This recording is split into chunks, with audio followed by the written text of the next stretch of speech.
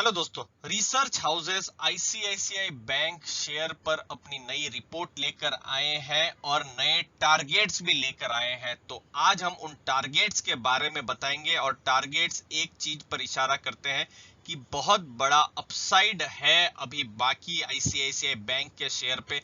तो ऐसा क्यों है वो बताने की कोशिश करेंगे इस वीडियो में। और प्रिफर्ड पिक क्यों है आज बैंकिंग फाइनेंशियल सेक्टर में आईसीआईसीआई बैंक, वो हम आपको इस वीडियो में बताने वाले हैं। तो आईसीआईसीआई बैंक का आप स्टॉक का प्राइस देखेंगे तो 509 रुपए के आसपास देखेंगे। लेकिन थोड़ा आपको मैं पीछे ले जाऊं, 2.5 महीने पीछे ही ले जाऊं, 24 सितंबर का अगर आप डेटा देखें तो ये देखिए मैं लिख रहा हूं, स्टॉक था 334 रुपए में आईसीआईसीआई बैंक का स्टॉक था। और उसके बाद से बहुत ही तेज रफ्तार पकड़ी है आईसीआईसीआई बैंक के स्टॉक ने। इनफैक्ट आपको हम बताएं कि अक्टूबर एंड में ये 400 के पास था। अक्टूबर 30 का अगर आप डेटा देखें तो 400 के आसपास स्टॉक का प्राइस था और अभी 1 महीना और कुछ दिन ही हुए हैं और आप देखिए 400 से स्टॉक 509 तक पहुंच गया हुआ है।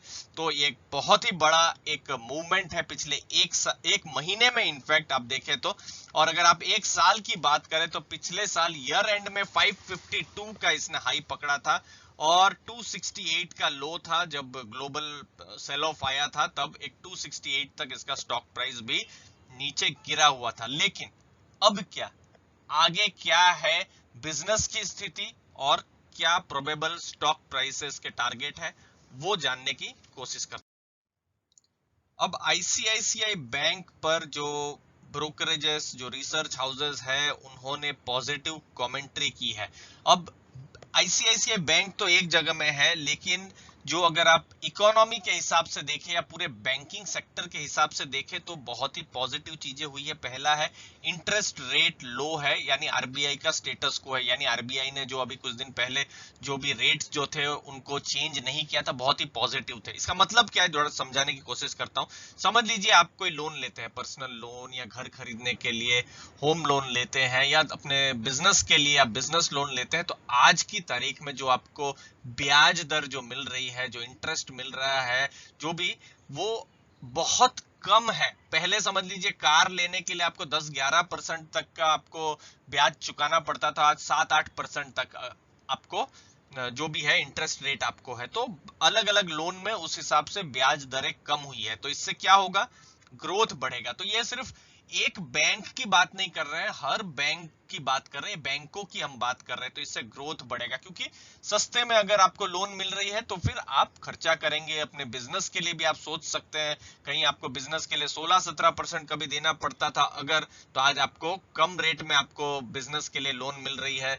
अनसिक्योर्ड लोन की अगर मैं बात करूं तो ये सब लोन से ग्रोथ बढ़ेगा और यही चाह रही है गवर्नमेंट, यही चाह रही है आरबीआई, ये सभी चाहते हैं ताकि इकोनॉमी को ग्रोथ मिले, क्योंकि इकोनॉमी अभी फिलहाल नेगेटिव में चल रही है दोस्तों।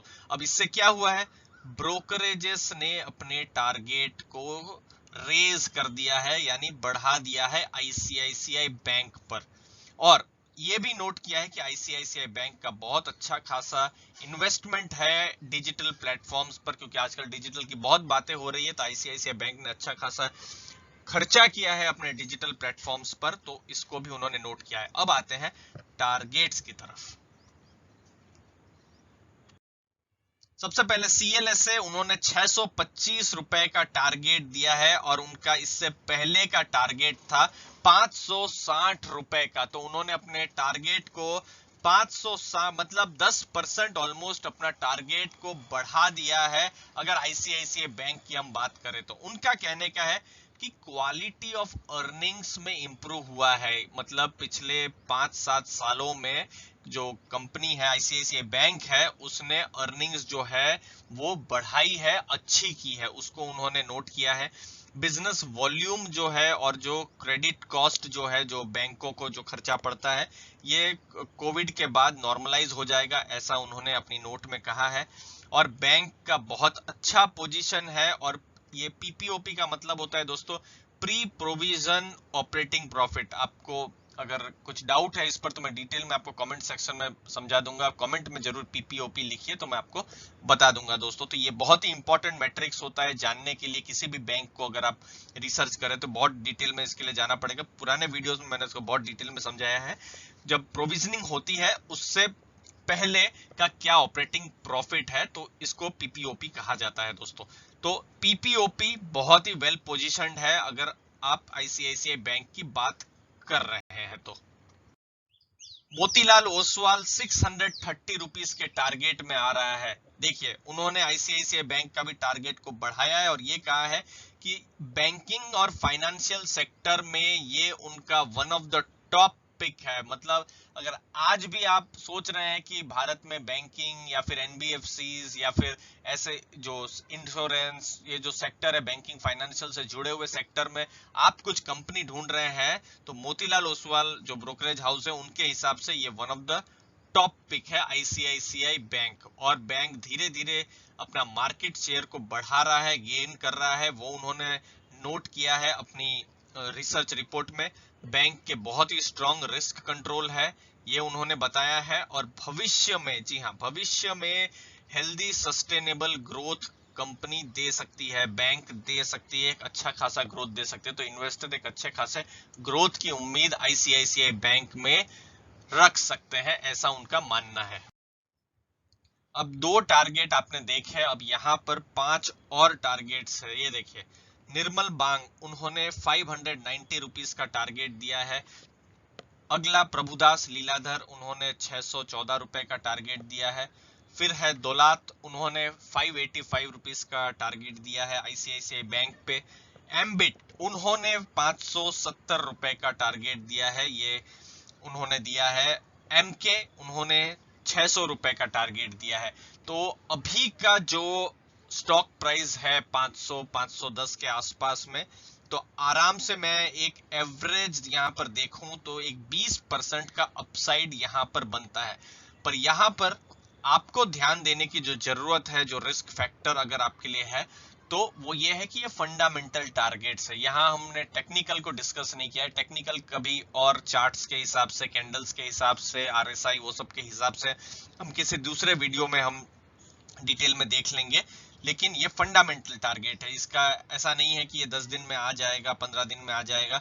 और दूसरी चीज जो फिलहाल मार्केट में आज है वो है बहुत ज्यादा लिक्विडिटी। आज आप किसी भी स्टॉक को छू रहे हैं और स्टॉक बढ़ रहा है, तो हम ऐसा मानते हैं कि मार्केट आज सस्ती नहीं है। मार्केट को लिक्विडिटी चला रही है, ग्लोबल लिक्विडिटी चला रही है।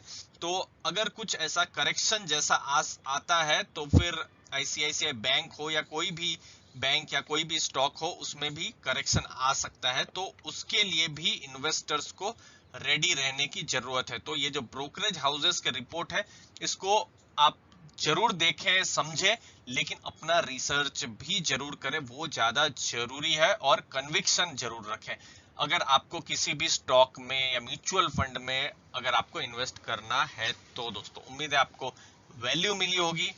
आपने अपना समय दिया उसके लिए बहुत बहुत धन्यवाद। Thank you very much.